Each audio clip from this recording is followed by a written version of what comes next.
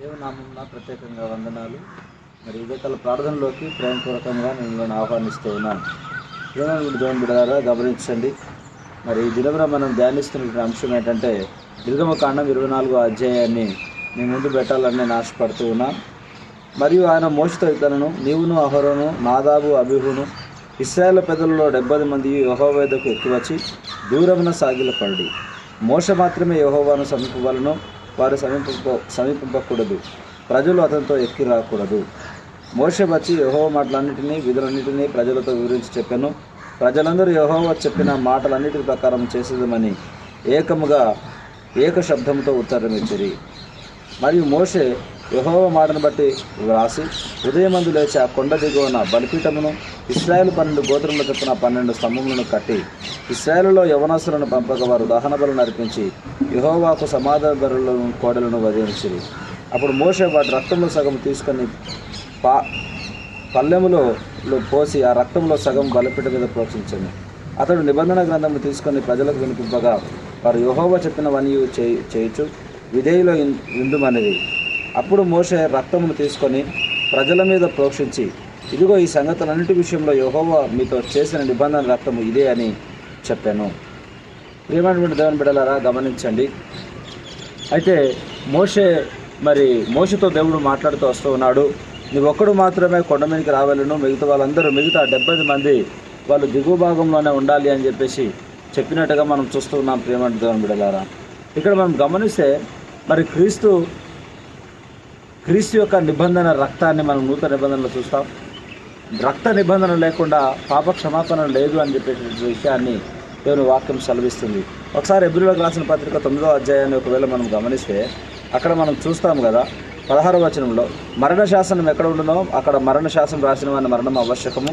ఆ శాసనం రాసిన వాడు మరణం పొందితేనే కానీ అది చెల్లును, అది రాసిన వాడు జీవించుండగా అది ఎప్పుడైనా చెల్లునా. ఇందుచేత మొదటి నిబంధన కూడా రక్తం లేకుండా ప్రతిష్ఠించబడలేదు. మొదటి నిబంధన గుటంగా మరి రక్తం అనేది చాలా అవసరం అని చెప్పేసి బైబిల్ సెలవిస్తుంది. పాత నిబంధనలో దేవుడు మానవుడితో మాట్లాడేది అంటే, దేవుడు మానవుని దర్శించాలి అంటే గొర్రెల యొక్క కానీ మేకల యొక్క కానీ కొడల యొక్క రక్తము చిందించాలి. రక్తము చిందించకుండా పాప క్షమాపణ లేదు అనేటువంటి విషయాన్ని మనం చూస్తాము.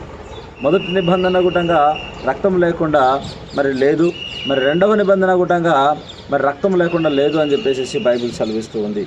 ఇక్కడ మనం గమనిస్తే ఆ శాసనం రాసిన వాడు మరణం పొందితేనే కానీ అది చెల్లును. ఆ తర్వాత మనం గమనిస్తే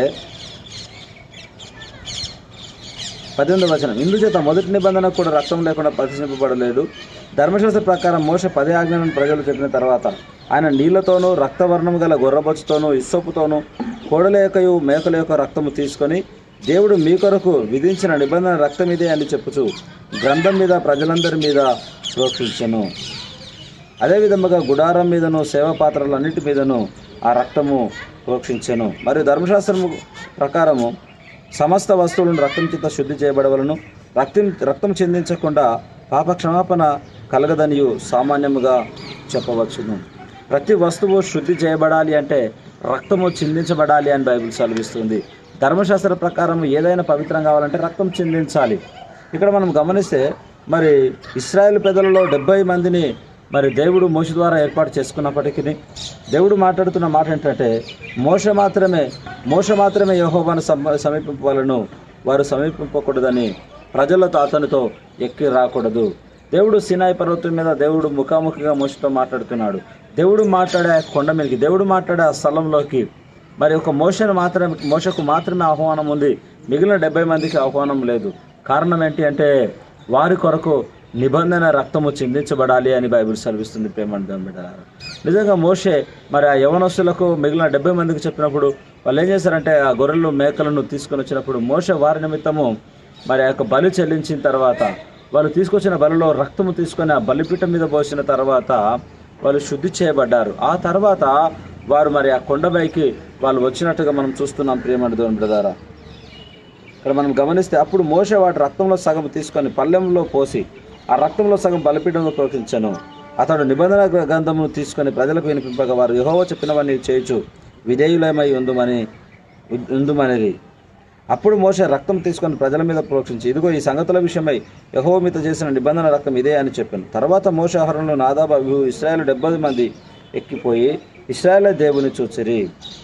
ఆయన పాదముల కింద నిగనిగలాడు నీలమై ఉన్న వస్తువు వంటిది, ఆకాశ మండలపు తేజం వంటి ఇది ఉండెను.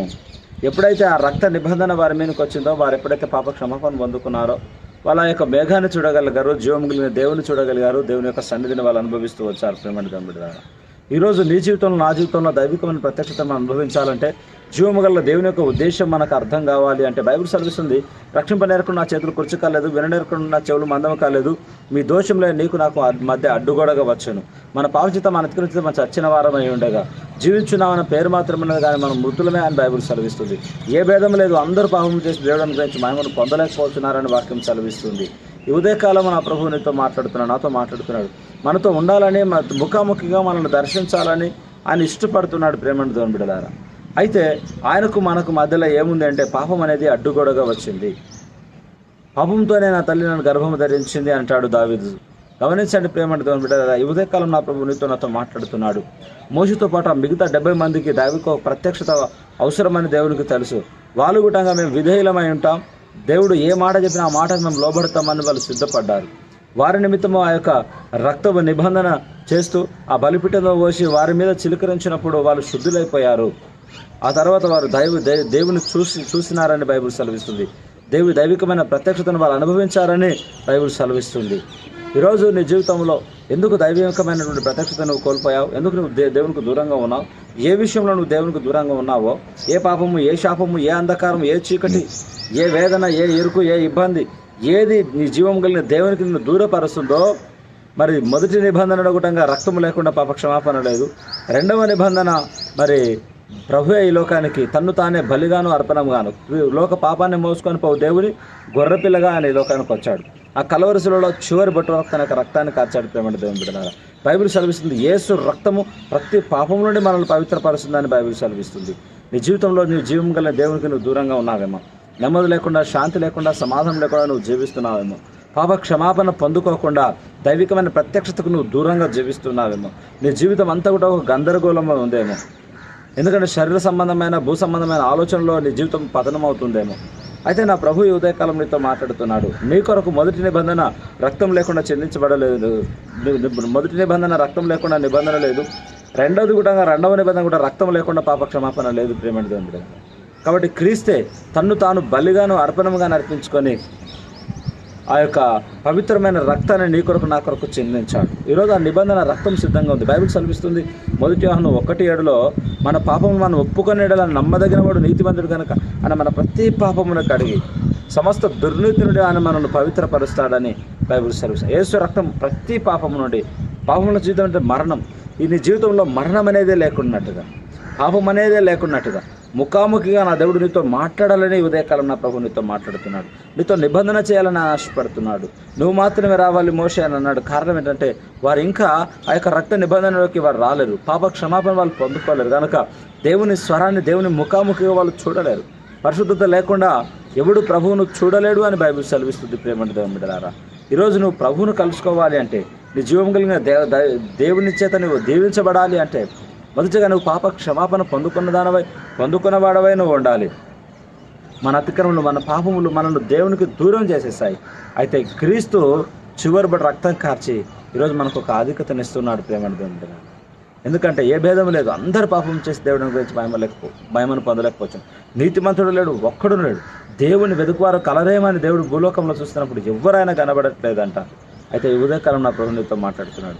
ఎప్పుడైతే మోష ద్వారా రక్త నిబంధన వారి మీద పోసిన తర్వాత వాళ్ళు ఎప్పుడైతే మరలా దేవుని సన్నిధానికి వచ్చి దేవుని ముఖాముఖి వాళ్ళు చూస్తూ దైవికమైన ఆశీర్వాదాన్ని ఏ విధంగా అనుభవిస్తూ వచ్చారో ప్రేమని దేవుడినారా, ఈ యొక్క నూతన నిబంధన రక్తము కిందికి మనం ఒకవేళ రాగలిగితే, క్రీస్తు రక్తంలో మనం కడగబడితే, మనకు తెలిసిన ప్రతి పాపాన్ని మనం ఆయన సన్నిధిలో ఒప్పుకోగలిగితే, దేవుడు మన హృదయాన్ని శుద్ధి చేసి మనల్ని పవిత్రపరిచి ముఖాముఖిగా ఆయన మనతో మాట్లాడి మన పరిస్థితిని అంతటి మార్చగలిగిన సమర్థుడు. ఈ లోక మట్టుకు కాదు కానీ ఈ లోక యాత్రను ముగించుకున్న తర్వాత సైతము నిత్యత్వాన్ని మనకి ఇవ్వాలనే ఉదయకాలం నా ప్రభు నీతో మాట్లాడుతున్నాడు. సినాయి పర్వతం మీద మోషతో మాట్లాడిన నా దేవుడు, ఇశ్రాయేలు ప్రజలతో మాట్లాడిన దేవుడు, వారిని క్షమించి వారిని పోషించి నడిపించిన నా దేవుడు ఈరోజు నిన్ను నన్ను క్షమించి మనల్ని పోషించగలిగిన సమర్థుడు, మనల్ని స్వస్థపరచగలిగిన సమర్థుడు, మన పరిస్థితులు మార్చగలిగిన సమర్థుడు, మనల్ని పవిత్రులుగా మార్చగలిగిన సమర్థుడు ఆయన. సజీవమైన క్రీస్తు పత్రికలుగా మనం ముద్రించబడినట్టుగా క్రీస్తు యొక్క నిబంధన రక్తము కిందికి మనం రాగలిగితే ఆయన అంటాడు కదా, ఒక పాత్రను ఎత్తుకొని కృతజ్ఞతాస్తులు చెల్లించి, ఇది మీ కొరకై చిందించబడిన నా నిబంధన రక్తము, దీనిలో త్రాగునప్పుడల్లా నన్ను జ్ఞాపకం చేసుకోండి అని చెప్పాడు. ప్రియమైన దేవుని బిడ్డలారా, నీ కొరకు నా కొరకు ఆయన చివరి బట్టు రక్తాన్ని కార్చాడు. ఆయన దేహం అంతా కూడా నలగొట్టబడ్డది, ఉమ్మివేయబడ్డాడు, తృణీకరించబడ్డాడు, వెలివేయబడ్డాడు, వ్యసనక్రాంతుడుగా, వ్యాధిని అనుభవించిన వాడుగా, మనుషుల వలన చూడనలేని వాడుగా మారిపోయాడు. కారణం ఏంటంటే, నిన్ను నన్ను ఐశ్వర్యవంతులుగా చేయాలని, నిన్ను నన్ను దీవించాలని, నిత్యత్వానికి నిత్య రాజ్యానికి వారసులుగా నిన్ను నన్ను చేయాలని ఆ యొక్క పవిత్రమైన తన్ను తానే బలిగా నర్పించుకొని తన నిబంధన రక్తాన్ని చివరి బొట్టు వరకు చిందించి ఈరోజు నిన్ను నన్ను ఆ నిబంధన రక్తంలోకి ఆయన ఆహ్వానిస్తూ ఉన్నాడు. నన్ను కడగాలని, నిన్ను నన్ను పవిత్రపరచాలని ఆయన ఆశపడుతూ ఉన్నాడు. ప్రేమ బంధువులారా, కాబట్టి ఏ వ్యాధి, ఏ వేదన, ఏ బాధ, ఏ పరిస్థితిని బట్టి నువ్వు దేవునికి దూరం అయ్యావో, ఏ ప్రతికూల పరిస్థితుల మధ్యలో నువ్వు నలిగిపోతున్నావో నాకు తెలియదు. అయితే ఈ ఉదయకాలం నా ప్రభు నీతో నిబంధన చేయాలని ఆశపడుతున్నాడు. నిత్యత్వాన్ని, నిత్య జీవానికి వారసత్వాన్ని నీకు ఇవ్వాలని ఆశపడుతున్నాడు. ఆయనతో ముఖాముఖిగా మాట్లాడే ఆయన సన్నిధికి నిన్ను ఆయన ఆహ్వానిస్తూ ఉన్నాడు. నా ఎదుకు వచ్చి వాడిని ఎంత మాత్రం నేను బయటికి త్రోసివేయని అంటున్నాడు. కాబట్టి వస్తావా ఈరోజు క్రీస్తు యొక్క నిబంధన కిందికి? వస్తావా క్రీస్తు యొక్క బలిపీఠం దగ్గరికి? నీ పరిస్థితిని అంతటి మార్చి నేను దీవించి నీతో ముఖాముఖిగా మాట్లాడాలనుకుంటున్నాడు. మరి ఆ 70 మందితో దేవుడు ఎప్పుడు మాట్లాడాడు? అయ్యా మేము విధేయత చూపిస్తాం, ఆ ప్రభు మాటకు మేము లోబడతామన్నారు వాళ్ళు. వాళ్ళ పాప క్షమాపణ వాళ్ళు పొందుకున్నారు. దైవికమైన స్వరాన్ని, దైవికమైన ఆశీర్వాదాన్ని వాళ్ళు అనుభవిస్తూ వచ్చారు. ఈరోజు నీ పాపాలను ఒప్పుకొని దేవుని మాటకు లోబడతానని ఒక చిన్న తీర్మానం తీసుకుంటే దైవికమైన ఆశీర్వాదం, దేవుని యొక్క ఆయన మహిమను, ఆయన ప్రభావాన్ని నువ్వు అనుభవించబోతున్నావు, ఆ ఆశీర్వాదాన్ని నువ్వు అనుభవించబోతున్నావు. అట్టి కృప దేవుడు ఈ ఉదయకాలం మీకు అనుగ్రహించునుగాక. ప్రార్థన. దేవానికి స్తోత్రములు. ఈ ఉదయకాల ప్రార్థనలో నాయన తండ్రి ప్రభా, నీ యొక్క నిబంధన రక్తం కిందకి బిడ్డలు రావాలని ఆశపడుతున్నారు. మరణ శాసనం ఎక్కడ ఉందో మరణ శాసనం రాసినామని, మరణం ఆవశ్యకమని మీరు అన్నారు. మీరు మరణ శాసనం రాశారు, మీరు మరణించి తిరిగి లేశారయ్యా. మరణపులను విరిచారు ప్రభా, మీకు స్తోత్రములు. మీరు నన్ను క్షమించాలని, మీరు నాతో మాతో ముఖాముఖిగా మాట్లాడాలని నేను ఆశపడుతున్నారని ఉదయకాలం నాయన తండ్రి ప్రభా, ఇక నిర్గమకాండం 24వ అధ్యాయం ద్వారా మీరు నాతో మాతో మాట్లాడిన ప్రతి మాటను బట్టి మీకు వందనాలు. ప్రత్యేకంగా బిడ్డలు దర్శించండి. ఎవరైతే నీ సన్నిధానానికి రావాలని ఆశపడుతున్నారో, ఎవరైతే తమ పాపాలు ఒప్పుకొని పవిత్రమైన జీవితాన్ని జీవించాలని ఆశపడుతున్నారో, వారికి కావాల్సిన జీవితాన్ని మీరు అనుగ్రహించి, వారికి కావాల్సిన భద్రత, క్షేమాన్ని అనుగ్రహించి, వారి ప్రతికూల పరిస్థితిని అనుకూలపరిచి వర్ధిల్లింపజేసి బిడ్డల ద్వారా మహిమ పొందమని, దీవించమని యేసు నామమున ప్రార్థిస్తున్నాము తండ్రి. ఆమేన్. దేవుని నామములో మీ అందరికీ వందనాలు. ఈ వర్తమానం మీకు దీవెనకరంగా ఉన్నట్టయితే అనేకులకు లైవ్ షేర్ చేయండి. ఈ పరిచర్యలో పాలిభాగస్తులు అవ్వండి. దేవుని నుండి దీవించండి. God bless you.